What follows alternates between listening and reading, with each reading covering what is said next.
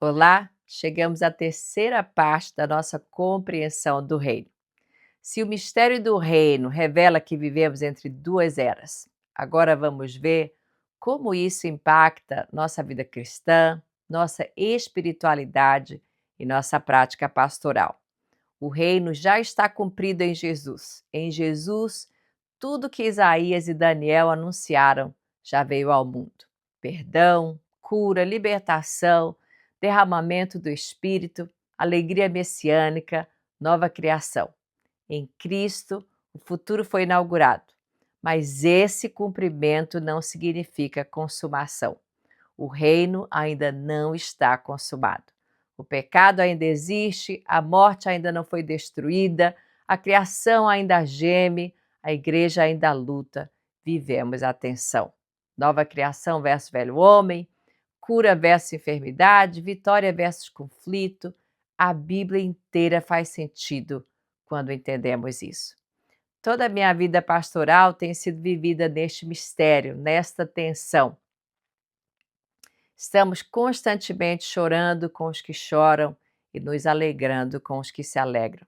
Já caminhei com irmãos, amigos do coração que receberam um milagre de cura e outros que, não importa o quanto oramos, o milagre não aconteceu.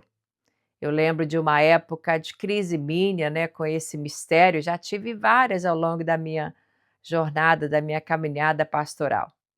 Um amigo meu, irmão querido do coração, um homem de Deus, um grande plantador de igreja, que faleceu durante a Covid.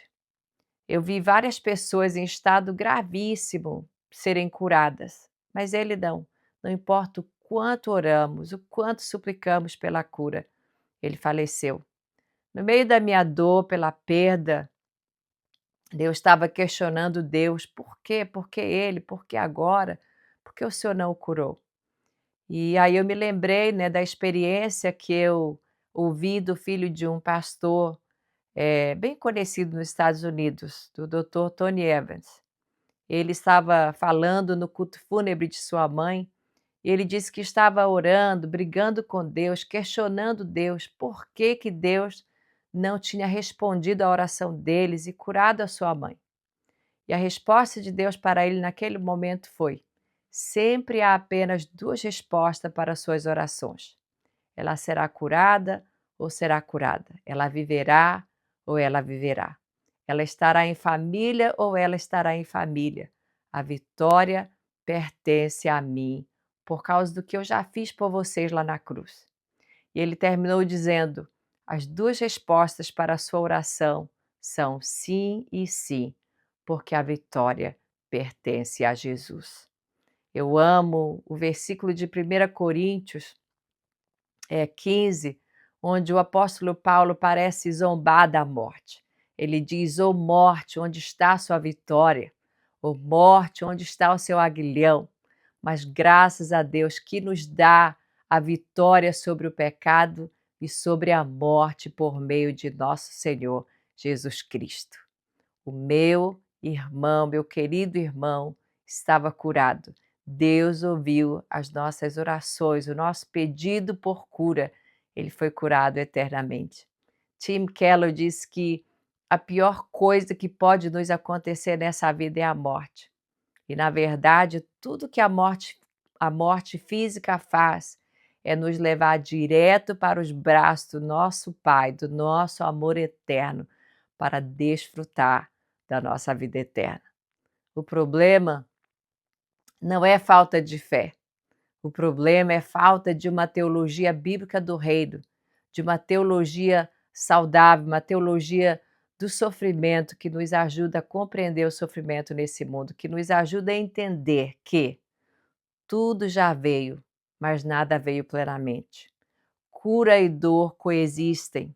A vida cristã é tensão, não contradição. Essa compreensão cura culpas, equilibra expectativas e amadurece a fé. Algumas implicações para o ministério hoje. O pastor vive nessa tensão. O pastoreio é vivido entre duas eras.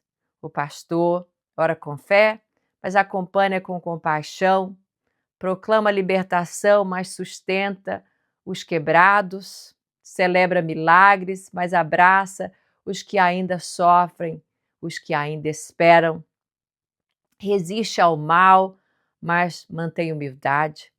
Entender o reino protege o pastor contra o triunfalismo e o desânimo.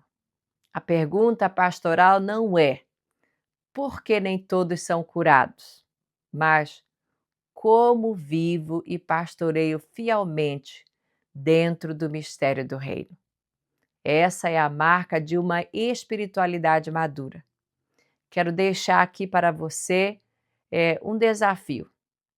Quais ajustes sua comunidade precisa fazer para viver uma fé equilibrada, expectante, mas madura, cheia de esperança, mas sem ilusões? Pense nisso, ore sobre isso. Agora vá ao seu material complementar para se aprofundar. Deus te abençoe e até a aula 5.